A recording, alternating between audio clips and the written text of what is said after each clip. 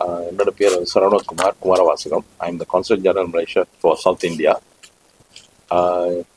இன்னைக்கு நம்ம இந்த நிகழ்ச்சியில் எதுக்கு கூடியிருப்போம்னா, the unveiling of a trophy of a first DPL cricket tournament, diplomat cricket tournament for embassy, consulate, high commission staff. இந்த முக்கியமான நோக்கம் என்னன்னா, இந்த டிப்ளமேட்டிக் டோர்னமெண்ட் மூலியமா, அதாவது ஸ்போர்ட்ஸையும் ஒரு முக்கியமான சமுதாயத்தில் உள்ள பிரச்சனையும் ஒன்றா கொண்டாந்து இது வந்து ஒரு அவேர்னஸ் கிரியேட் பண்ணுறதுக்காக, அதாவது awareness to stop child abuse, child trafficking, child marriage, child labour in தமிழ்நாடுக்காக இந்த organisation led by Indian community welfare organisation இந்த முயற்சி எடுத்திருக்காங்க. இது வந்து இந்த சனிக்கிழமை 10ஆம் தேதி ஆகஸ்ட் 10 மணிக்கு இந்த ஸ்போர்ட்ஸ் ஈவெண்ட் நடக்க இருக்கிறது. அது மூலிமா வந்து இந்த மீடியாவுக்கு என்ன மோஸ்ட் இம்பார்ட்டன்ட் பணி இருக்குதுன்னா, இந்த டிப்ளமேட்டிக் ஈவெண்ட் மூலிமா இந்த மெசேஜ் தட் இந்த சமுதாயத்துக்கு போய் சேரணும். The awareness of to stop child abuse, trafficking, child marriage, child abuse in Tamil Nadu. அந்த சமயத்தில் நான் ஒரு அரசு தந்தி வந்து இந்த நிகழ்ச்சி ஏன் ஒரு முக்கியமாக நம்ம டேக் பார்ட் பண்ணோம்னா, இந்த பிரச்சனை வந்து இங்கே மட்டும் இல்லை, இது உலகம் முழுதும் இந்த பிரச்சனை இருக்குது. எஸ்பெஷலி டெவலப்பிங் வேர்ல்டில், மலேசியாலையும் நம்ம டெவலப்பிங் கண்ட்ரியாக இருந்தாலும் இந்த இஷ்யூ வந்து நம்ம நாட்டில் மலேசியாலையும் வந்து நிறைய முயற்சி எடுத்து இதை வந்து சமுதாயத்தில் வந்து குறைச்சி இப்போ ஒரு அளவுக்கு வந்து இந்த இந்த இந்த இதை வந்து ஆல்மோஸ்ட் ஜீரோவுக்கு கொண்டாந்துருக்கோம் இதுலேருந்து. ஸோ இது வந்து வெரி இம்பார்ட்டன்ட். இந்த இஷ்யூ என்னன்னா, ட்ரேடுக்கு, இந்தியாவோட ட்ரேடுக்கும் சரி, மலேசியாவோட ட்ரேடுக்கும் சரி, எஸ்பெஷலி டெவலப்பிங் கண்ட்ரியில் வந்து இந்த மாதிரி அவேர்னஸ் வந்து வெரி இம்பார்ட்டன்ட். பிகாஸ் இதை வந்து நம்ம அவேர்னஸ் கிரியேட் பண்ணி சமுதாயத்தில் வந்து இதை பற்றி மக்களுக்கு விழிப்புணர்ச்சி ஏற்பட்டு இதை வந்து குறைக்கிறதுக்கு ஏற்பாடு பண்ணல. இதை how to address this issue, இது சமுதாயத்தில் இருந்தால் இந்த இஷ்யூ வந்து எப்படி வந்து அது இந்த மாதிரி ஆர்கனைசேஷன் மிஸ்டர் ராஜ் இருக்காங்க, மிஸ் ஹரியாண்டர் இருக்காங்க, இவங்க ஆர்கனைசேஷன்லாம் வந்து very important that society need to know. இந்த மாதிரி ஒரு பிரச்சனை இருந்துச்சுன்னா எப்படி வந்து அந்த பிரச்சனையை வந்து அணுகிறது, இதுக்கெல்லாம் வந்து இவங்களாம் இருக்காங்க.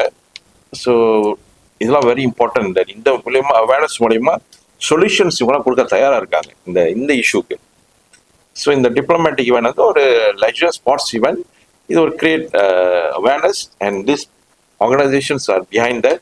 ஸோ லெட்ஸ் ஹோப் இந்த நிகழ்வு மூலமா, இந்த முயற்சி மூலிமா it will kick start a new dimension இந்த இஷ்யூவை பற்றி இந்த மக்களுக்கு வந்து கொண்டு போய் சேர்க்கறதுக்கு. தேங்க்யூ. வணக்கம். என்னுடைய பேர் ஏஜே ஹரியரன், செயலாளர் இந்திய சமுதாய நலவாழ்வு நிறுவனம் ICWO. இன்னைக்கு வந்து இந்த cricket tournament, first diplomat cricket tournament சென்னையில் இருக்கக்கூடிய எம்பசி, கான்சுலேட்டு, ஹை கமிஷனில் இருக்கக்கூடிய மதிப்புக்குரிய ஸ்டாஃபு அவங்க வந்து இந்த கிரிக்கெட் மேட்ச் ஆட போகிறாங்க. இதில் 2 டீம் ப்ளே பண்ண போகிறாங்க. ஒன்று வந்து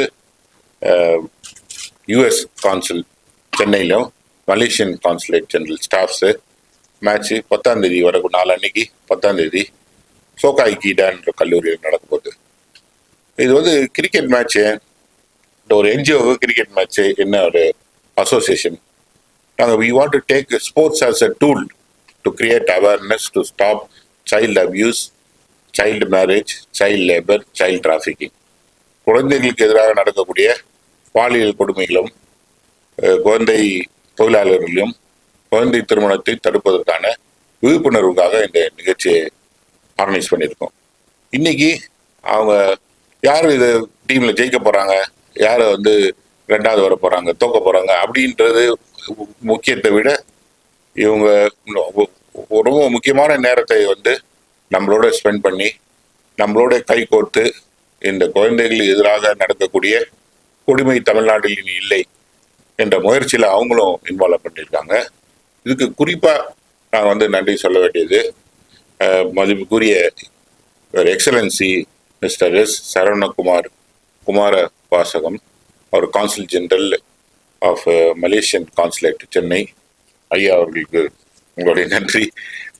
அதே மாதிரி இந்த கிரிக்கெட்டில் பெரிய ஜாம்பவான், கிரிக்கெட்டில் top coach, top player, leader, very committed, life time committed person CS Sureshkumar அவர்களுக்கும் எங்களுடைய நன்றியை தெரிவித்துக் கொள்கிறோம். இந்த மேட்ச் வந்து நாளைக்கு நடக்கும்போது இங்கே வந்திருக்கவங்க எல்லாரும் வாங்க. அதை தவிர இப்போ இன்னும் நிறைய ஸ்பெஷல் இன்வைட்டீஸு ஒரு 50 பத்திரிகையிலேருந்து வருவாங்கன்னு எதிர்பார்க்குறோம். குறிப்பாக நீங்களும் கண்டிப்பாக அதில் வந்து பங்கு எடுத்துக்கணும். இதை விட ஒரு 5 மடங்கு பெரிதாக அந்த மேட்சை நடத்த போகிறோம். ஒன்று வந்து it's opportunity for us ICW. எங்கள் நிறுவனத்தை பொறுத்த வரைக்கும் இட்ஸ் ஒரு ஆப்பர்ச்சுனிட்டி. இவ்வளோ இம்பார்ட்டன்ட் பர்சன் ஒரு கான்சுல்னா தே ஆர் டிப்ளமேட்ஸு. அவங்க கான்சுல் தவிர வேறு எந்த வேலையிலையும் இன்வால்வ் ஆக மாட்டாங்க. அதையெல்லாம் வந்து தவிர்த்து அவங்களுடைய பர்சனல் நேரத்தை எடுத்து ஒதுக்கி இந்த கிரிக்கெட் மேட்சுக்காக வந்திருக்காங்க. அவர்களுக்கு நாங்கள் பெரிய கடன் பட்டிருக்கோம், நன்றி பட்டிருக்கோம். நன்றி, வணக்கம். இந்த நேரத்துக்கு தேவைப்படுறது இது ஒரு கிரிக்கெட் டூர்னமெண்ட் மூலிமா சார் வந்து அடுத்த லெவலுக்கு எடுத்துகிட்டு போகிறாங்க. நல்லா ஹரியரன் சாருக்கு என்னோட வாழ்த்துக்கள் தெரிவிச்சுங்க. நான் ராஜ்குமார், சைல்ட் வெல்ஃபேர் கமிட்டியோட சேர்பர்சன் இங்கே சென்னையில். இப்போ சைல்ட் வெல்ஃபேர் கமிட்டின்றது வந்து ஒரு ஸ்டாச்சுவரி பாடி. ஜுவனைல் ஜஸ்டிஸ் ஆக்டில் செக்ஷன் 27 இந்த கமிட்டியை க்ரியேட் பண்ணியிருக்காங்க. மாவட்டத்தில் 1 or more கமிட்டி இருக்கலாம். அக்ராஸ் இந்தியாவில் இருக்குது. இந்தியா முழுக்க 720 மாவட்டம் மேலே இருக்காங்க. இந்தியா ஃபுல்லாக அக்ராஸ் ஸ்டேட்ஸு. அங்கே ஒரு கமிட்டியோ இல்லை அதுக்கு மேலேயே இருக்கும் பாப்புலேஷன் வச்சுருப்பாங்க. நான் வந்து சென்னையில் உள்ள கமிட்டியில் இருக்கேன். இங்கே எங்கள் கமிட்டிக்கு வந்து இந்த ஜுவனைல் ஜஸ்டிஸ் ஆக்டில் வந்து க்ரியேட் பண்ணுறாங்க செக்ஷன் 27. இந்த குழந்தைங்க வந்து 2 வகையாக பிரிப்பாங்க. குழந்தைங்கன்றப்ப வந்து anyone below 18 years வந்து குழந்தைன்னு சொல்லுவாங்க. 2 வகையான குழந்தையாக வந்து சொல்கிறாங்க அந்த ஆக்டில். ஒன்று வந்து CCL சொல்லுவாங்க, சைல்டு கான்ஃப்ளிக்ட் வித் லா. இன்னொரு குழந்தை CNCP, children in need of care and protection. இப்போது CCLன்னு சொல்லும்போது சட்டத்துக்கு முரணாக இருக்கிற குழந்தைங்க, அதாவது 18 வயசு கீழே அவங்க வந்து க்ரைம் பண்ணுவாங்க. என்ன மாதிரினா ஒரு செல்ஃபோனை பறிக்கிறதோ இல்லைன்னா ஒரு வேறு ஒரு சட்டத்துக்கு விரோதமான செயலை செய்கிறவங்க வந்து CCLன்னு சொல்லுவாங்க. அதில் வந்து போர்டு ஜுவனைல் ஜஸ்டிஸ் போர்டில் கொண்டு வந்து அந்த குழந்தைய ப்ரொடியூஸ் பண்ணுவாங்க. அங்கே உள்ள மேஜிஸ்ட்ரேட்டை அந்த கேஸ் பார்ப்பாங்க. அப்புறம் CNCPன்னு சொல்லுவோம். அந்த கேஸ் வந்து பார்த்திங்கன்னா குழந்தைங்களுக்கு வந்து need of care and protection. அந்த குழந்தைங்களை வந்து கமிட்டி முன்னாடி கொண்டாந்து ப்ரொடியூஸ் பண்ணுவாங்க. யாரெல்லாம் கொண்டாந்து ப்ரொடியூஸ் பண்ணுவாங்கன்னு சொன்னால் போலீஸ் வருவாங்க, ஸ்பெஷல் ஜுவனைல் ஜாப்புன்னு சொல்லுவோம், SJPன்னா அந்த போலீஸ் வருவாங்க. அப்புறம் மாதிரி சைல்ட் ரைட் ஆக்டிவிஸ்டே கொண்டாந்து ப்ரொடியூஸ் பண்ணுவாங்க. லேபர் டிபார்ட்மெண்ட் வருவாங்க, சோஷியல் வெல்ஃபேர் டிபார்ட்மெண்ட் வருவாங்க, ஜென்ரல் பப்ளிக்கும் வருவாங்க. யார் எந்த குழந்தைக்கு என்ன need of care and protection தேவைனாலும் கொண்டாந்து கமிட்டி முன்னாடி நிறுத்துவாங்க. இப்போ மேஜராக பார்த்தீங்கன்னா இந்த கமிட்டிக்கு வர கேசஸ்லாம் பார்த்தீங்கன்னா போக்சோ கேசஸ், விக்டிம் சைஸ் எல்லாம் கொண்டு வந்து கமிட்டியில் போலீஸ் கொண்டு வருவாங்க. All women's police POCSO case பதிவாச்சுன்னு சொன்னால் அந்த குழந்தைக்கு கேர் அண்ட் ப்ரொடெக்ஷன் வேணும்னு சொல்லும்போது கொண்டு வந்து நிறுத்துவாங்க. அப்புறம் சைல்டு லேபர்ஸ், இப்போது சிட்டியில் எங்கேயாச்சும் சைல்டு லேபர்னு அப்படி பார்த்தீங்கன்னா நம்ம மலிம் சொன்னார், குறிப்பாக வந்து ஜுவல்லரி ஏரியாலையும் அந்த பேக் செய்கிறதுக்கும் சிட்டியில் குழந்தைங்க இருக்காங்க. நான் என்ன சொல்கிறேன்னா அது அங்கே இருக்காங்க. முக்கியமாக வந்து ஹோட்டல்ஸில் யூஸ் பண்ணுறாங்க சைல்டு லேபர்ஸ். அந்த பாத்திரம் கழுவுறதுக்காகோ இல்லை காய்கறி நறுக்கிறதுக்கோ இல்லை பார்சல் கட்டுறதுக்கோ.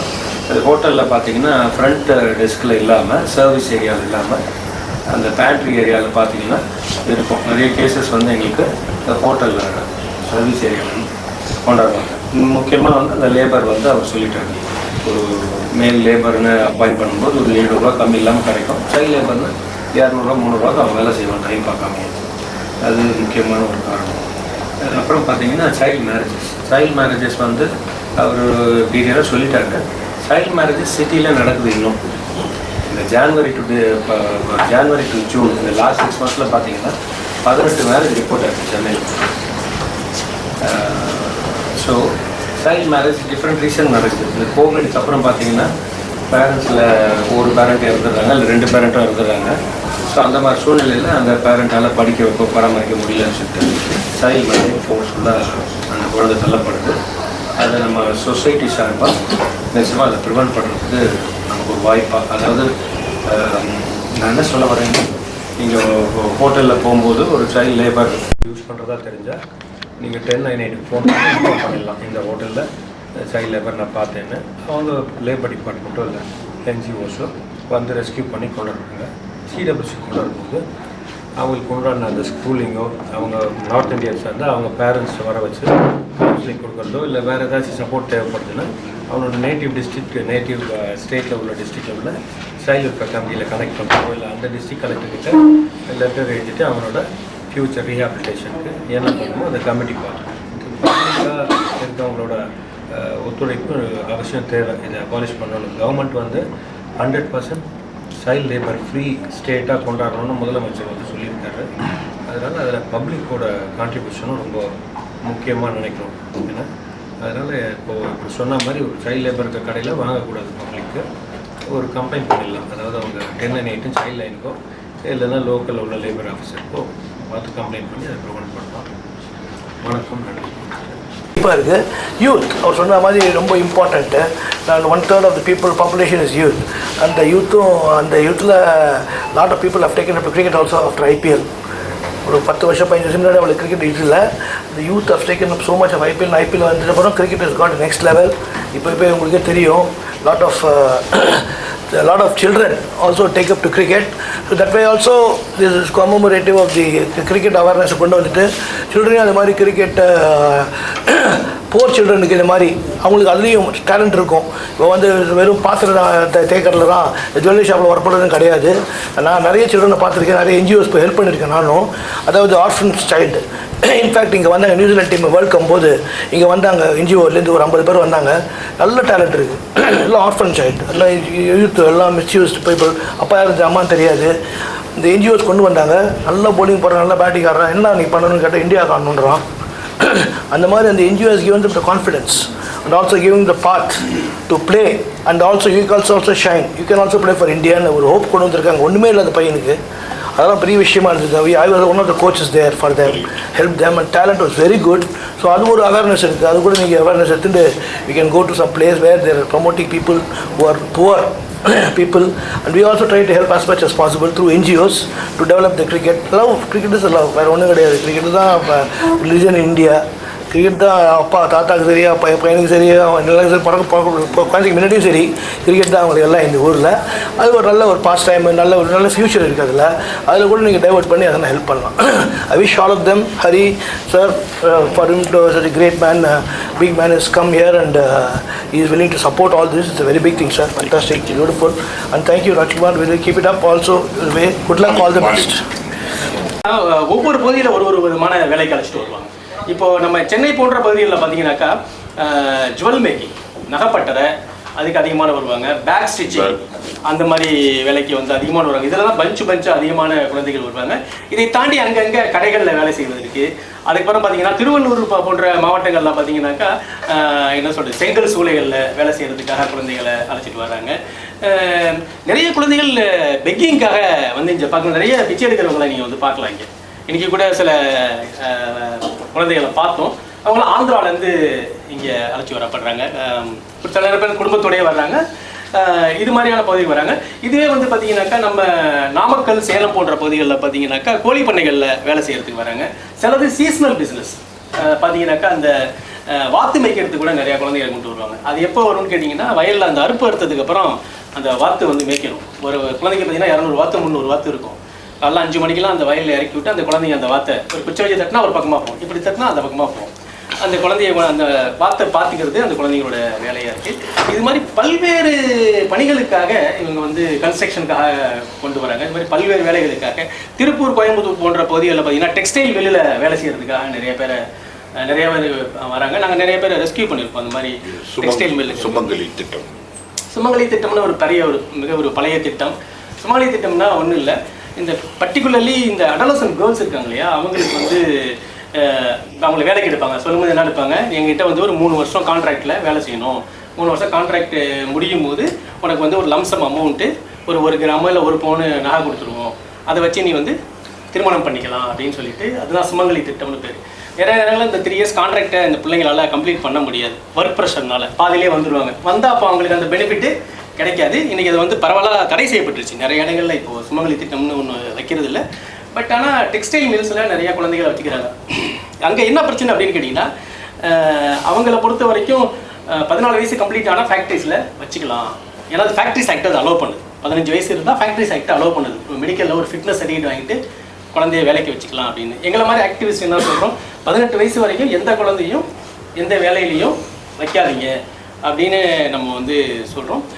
இதை தாண்டி இப்போ குழந்தைகளுக்கு எதிராக நடக்கக்கூடிய பாலியல் வன்கொடுமைகள் பார்த்தீங்கன்னா செக்ஷுவல் அப்யூசஸ் அது வந்து இன்னைக்கு நிறைய நடந்துக்கிட்டு இருக்கு. பட் நிறைய சட்டங்கள் போட்டு நிறைய கேஸ் வந்து நம்ம தமிழ்நாட்டில் தான் அதிகமான கேசஸ் வந்து ரிப்போர்ட்டும் ஆகுது. நிறைய நடவடிக்கைகள் வந்து எடுத்துக்கிட்டு இருக்காங்க, சிறப்பாகவும் செஞ்சுக்கிட்டு இருக்காங்க.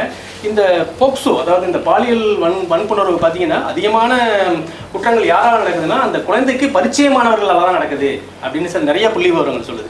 ஒன்று பக்கத்து வீட்டுக்காரராக இருக்கலாம், இல்லை தூரத்து சொந்தக்காரராக இருக்கலாம், இல்லை பார்த்தீங்கன்னாக்கா உறவினராக இருக்கலாம், நண்பர்களாக இருக்கலாம் அப்படின்னு இது மாதிரி அந்த குழந்தைக்கு பரிச்சயமானவர்களால் தான் 90% இந்த பாலியல் குற்றங்கள் நடக்கிறதா நிறைய புள்ளி விவரங்கள் வந்து சொல்கிறாங்க. மிக முக்கியமான கிரைம் என்னன்னு கேட்டிங்கன்னாக்கா குழந்தை திருமணம் இல்லைங்களா? ஒரு குழந்தைக்கு இன்னொரு குழந்தையை வந்து கையில் கொடுக்குற மாதிரி இல்லையா? அந்த ஒரு குழந்தை திருமணங்கிறது இருக்கிற குற்றங்களே மிக மோசமான குற்றம். இந்த குழந்தை திருமணம் நடந்ததுன்னா முதல்ல அதுக்கு பறிப்போகக்கூடிய உரிமை என்ன அப்படின்னு கேட்டிங்கன்னா கல்வி உரிமை. 8ஆம் வகுப்பு 9ஆம் வகுப்பு படிச்சுக்கிட்டு இருக்கோம், கல்யாணத்தை பண்ணி வச்சுருவாங்க, அதுக்கப்புறம் அது கல்வியை தொடர முடியாது. ரொம்ப ரேரஸ்ட் ஆஃப் த ரேர் கேசஸில் 1-2 தப்பி படிக்க போகலாம் கல்யாணத்துக்கு அப்புறமும். ஆனால் 95% இடங்களில் பார்த்தீங்கன்னா திருமணம் அந்த குழந்தை திருமணம் நடந்துச்சுன்னா முதல்ல பறிபோகிறது அந்த குழந்தையோட கல்வி உரிமை. திருமணம் ஆன உடனே என்னன்னு பார்த்தீங்கன்னாக்கா அடுத்தது பார்த்தீங்கன்னாக்கா குழந்தை பேருன்னு வரும்போது இந்த சிறு வயதிலே குழந்தை திருமணத்தை பண்ணி வைக்கிறதுனால இந்த பேறு காலங்களில் குழந்தை வந்து குறைப்பிறப்புதல் பிறப்பதற்கோ இல்லை வந்து பார்த்தீங்கன்னா இடைக்குறைவான குழந்தை பிறப்பதற்கோ இல்லை குழந்தை மரணித்து பிறப்பதற்கோ இல்லை பிரசவ காலத்தின் போது இந்த தாய் மரணிப்பதற்கான விஷயங்கள் வந்து ரொம்ப அதிகமாக இருக்குது. அதனால இது வந்து குழந்தை திருமணத்தை வந்து தடை செய்யணும் அப்படின்னு சொல்கிறாங்க. இது வந்து இன்னைக்கு நடந்த விஷயம் இல்லை. குழந்தை திருமணங்கிறது 100-200 ஆண்டுகளுக்கு முன்னாடியிலே நடந்துகிட்டு இருக்கு. நம்ம வீட்டிலேயே நம்ம தாத்தா பாட்டியை கேட்டால் சொல்லுவாங்க, நானே 13 வயசுல தான் கல்யாணம் பண்ணிக்கிட்டேன், எனக்கு 8 குழந்தைகள் இருந்துச்சு அப்படின்னு சொல்லுவாங்க. பட் இன்னைக்கு காலகட்டத்தில் அது வந்து சாத்தியமில்லை. அதனால் தடை செய்யப்பட வேண்டியது என்னன்னு கேட்டிங்கன்னா குழந்தை திருமணம். ஆனால் இது வந்து பார்த்தீங்கன்னா இது குற்றம் அப்படின்னு தெரியாமலே நிறைய பேர் பண்ணுறாங்க. அதுதான் இதில் வந்து சமூக அங்கீகாரம் வந்து இதுக்கு இருக்குது இல்லைங்களா?